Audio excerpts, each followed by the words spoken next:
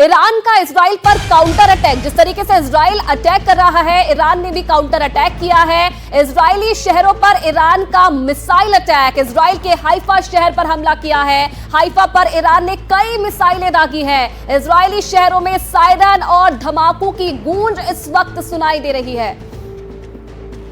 बड़ी और अहम बात यह है कि इस पूरे मामले को अगर हम देखें तो कई सारे पहलू सामने आ रहे हैं, लेकिन एक पहलू यह भी है कि लगातार जो रिटेलिएशन का काम है वो चल रहा है दोनों तरफ से, और ईरान ने एक हिट लिस्ट जारी की है। वो कौन कौन सी हैं ये हम आपको आइए एक एक करके बताते हैं। देखिए, इजराइल का सबसे जो बड़ा बंदरगाह है उसको टारगेट करने के बाद, हाइफा पोर्ट के टारगेट करने की बात कही है। इजराइल का जो सबसे बड़ा एयरपोर्ट है बेन गुरियन एयरपोर्ट, उसको टारगेट करने की बात कही है। साथ ही एरिश अश्कलोन पाइपलाइन को भी टारगेट करने की बात कह रहा है, जो गैस पाइपलाइन है। और इजराइल का ये सबसे बड़ा गैस टर्मिनल है ओरोट रेबिन, इसको भी टारगेट करने की बात वो कह रहा है। और ये वो नाम है, इजराइल का जो सबसे बड़ा पावर स्टेशन है उसको भी टारगेट करने की बात लगातार कर रहा है ईरान, और उसने बाकायदा हिटलिस्ट जारी की है। मेजर जनरल द्विवेदी सर, एक बात जो है वो साफ है कि अमेरिका में, अभी हमारे सहयोगी उमाशंकर बता रहे थे कि पेंटागन में एक बैठक चल रही है, उसमें बहुत सारे फैसले हो सकते हैं। आपको क्या लगता है कि ये इतनी आसानी से रुकने वाला है? क्योंकि ट्रंप का रोल बहुत बड़ा है, लेकिन उनका भरोसा नहीं कि वो कब क्या कहते हैं। पहले कहते हैं जानकारी नहीं, फिर वो कहते हैं कि नहीं हमें पूरी जानकारी है। आपको इसका क्या भविष्य दिखता है सर?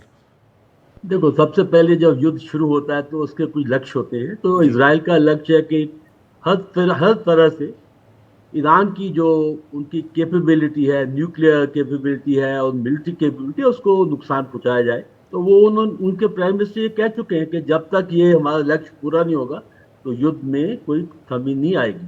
दूसरी बात है कि ये तीसरा दिन है, युद्ध में तेजी आई है, जो टारगेट भी हैं उनमें भी फैलाव आया है। पहले इजराइल सिर्फ टारगेट कर रहा था न्यूक्लियर और मिलिट्री टारगेट्स को, अभी उन्होंने एनर्जी, ऑयल पर भी टारगेट करना शुरू कर दिया है। इसी प्रकार जो रणनीति जो ईरान की है वो है कि स्ट्रेटेजिक इंफ्रास्ट्रक्चर को उनका नुकसान पहुंचाया जाए जो इजराइल का है, और साथ ही साथ शहरों को, क्योंकि मनोबल बहुत जरूरी होता है। और इजराइल में अगर उनकी कैजुअलिटी होती है, सिविलियन कैजुअलिटी होती है, तो उसका मनोबल पर बहुत फर्क पड़ता है।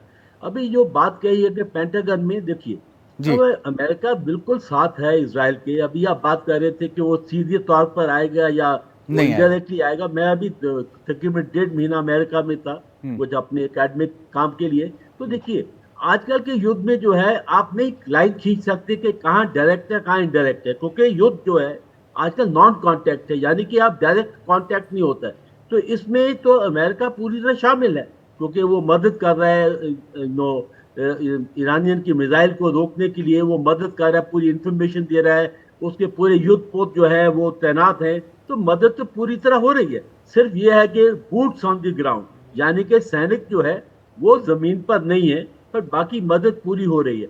तो मेरा ये ख्याफा है, मेरा ये सोच है कि ये युद्ध थोड़ा और चलेगा, क्योंकि जब तक इजराइल अपने लक्ष्य पूरे नहीं कर लेता तो वो युद्ध में थमेगा नहीं।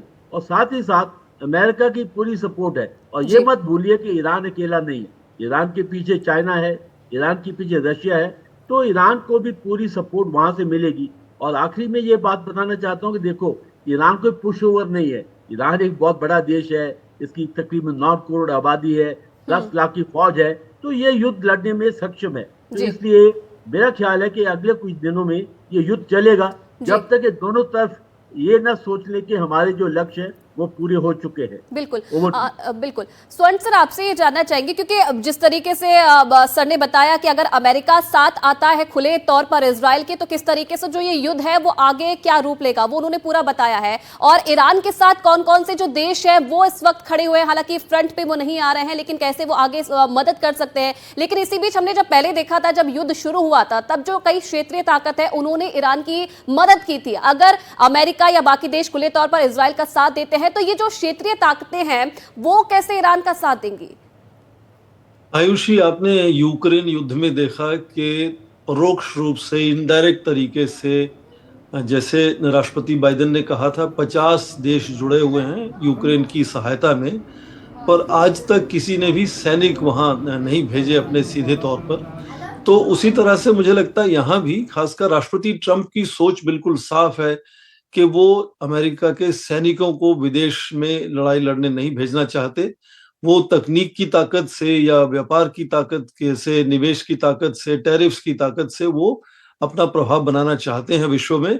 और जब बात आती है इस युद्ध की जो इजराइल ने शुरू किया है ईरान के साथ, उसमें जैसा कहा गया कि पहले से ही अमेरिका शामिल है, चाहे वो सूचना हो, चाहे वो इंटेलिजेंस हो, या टारगेटिंग टेक्निक्स की बात हो, सारा इक्विपमेंट जितना भी मिलिट्री इक्विपमेंट है उसकी बातचीत हो।